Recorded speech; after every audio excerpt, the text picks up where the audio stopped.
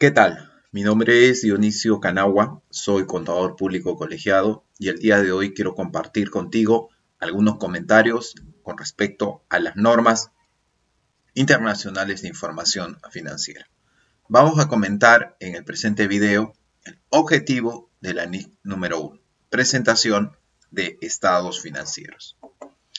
Sin embargo, antes de iniciar con este comentario, hay que tener en cuenta que cuando nosotros hablamos de elaboración de información financiera, nosotros tenemos que conocer que se trata de dos partes. La formulación afecta dos campos.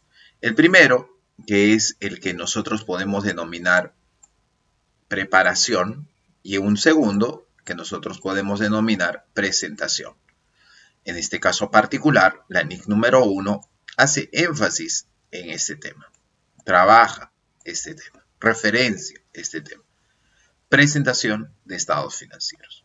Cuando nosotros leemos una norma internacional de información financiera, es pertinente que conozcamos el objetivo de la norma para conocer qué es lo que se busca tocar.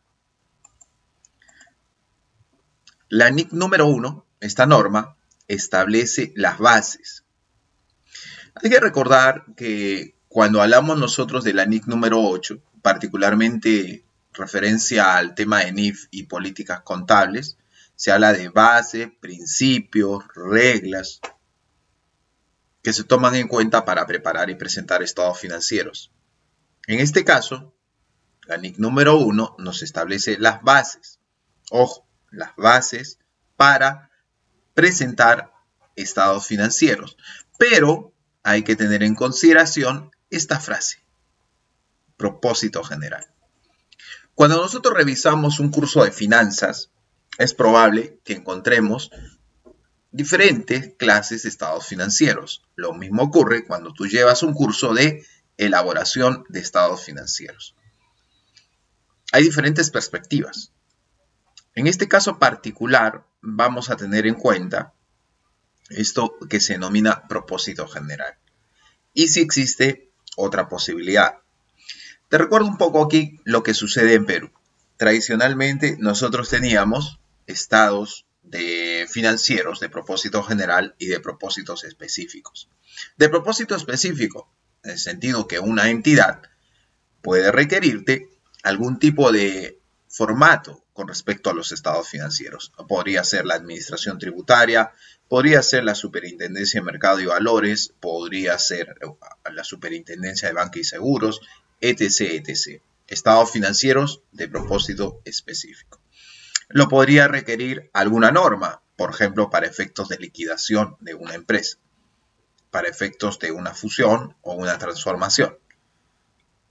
Es decir, que el usuario tiene la capacidad o tiene el poder para requerir un formato para tener en cuenta determinadas reglas de elaboración de sus estados financieros. Estados financieros de propósito específico. Pero la NIC número 1 no apunta a ello. La NIC número 1 apunta a todos aquellos usuarios que no tienen ese poder. Para ello, la NIC número 1 establece las bases para estados financieros de propósito general. Y si lo vemos desde la perspectiva del usuario, pues aquellos usuarios que no pueden hacer un requerimiento específico. Los accionistas, los clientes, los inversionistas, los potenciales clientes, los potenciales inversionistas. Este grupo de usuarios no necesariamente va a decir, ¿sabes qué? Quiero que me presentes el estado de situación financiera o el estado de resultados de esta manera. No le puede decir. Ahí apunta la NIC número 1 al momento de hablarnos de estados financieros de propósito general. Ahora, es importante recordar que los estados financieros sirven para tomar decisiones, pero para poder tomar decisiones y para hablar de gestión es importante recordar el tema de medición. Pero más allá de ello, al hablar de cuadros de información, aparece una frase muy importante. Desde el punto de vista de lectura de los estados financieros, nosotros necesitamos asegurar que estos estados financieros sean comparables. Ahora, existen niveles de comparabilidad. La entidad, varias entidades, el tema del tiempo. Y esto nos recuerda la vinculación a otro tema que también tenemos que tener en cuenta en contabilidad. Se refiere a la uniformidad. La uniformidad también está vinculada a otro término, consistencia. Entonces podemos encontrar hasta cierto punto una sinonimia, si queremos verlo desde el punto de vista de praxis, comparabilidad, uniformidad, consistencia. Pero estas palabras se refieren no solamente al tema de presentación, sino también al tema de preparación. Pero la NIC número 1 específicamente nos habla de presentación. Por lo tanto, la comparabilidad debe darse en dos niveles. El primero es de que debe darse dentro de los estados financieros de la misma entidad, ¿ya? Y también con los de otras entidades. Bien, veamos entonces las posibilidades. Si yo tengo estados financieros de la misma entidad, pues obviamente estos van a estar referidos a periodos anteriores o diferentes periodos. Yo voy a comparar los estados financieros de la empresa ABC, Sociedad Anónima, de 2018, 2017, 2016, 2015. Perfecto. Ese es un nivel de comparabilidad. Y segundo, otro nivel de comparabilidad me dice que los estados financieros de la entidad puedan ser comparables con los de otras entidades. Este es un detalle importante. Si no aplican las mismas bases de presentación, no hay comparabilidad. Por lo tanto, no se puede hacer un uso adecuado, tomar decisiones adecuadas acerca de estos estados o esos cuadros de información de estados financieros. Pero podemos combinarlo también. Podría haber una comparación de los estados financieros de una entidad con otras entidades a una fecha determinada, a un periodo determinado o a varios periodos anteriores.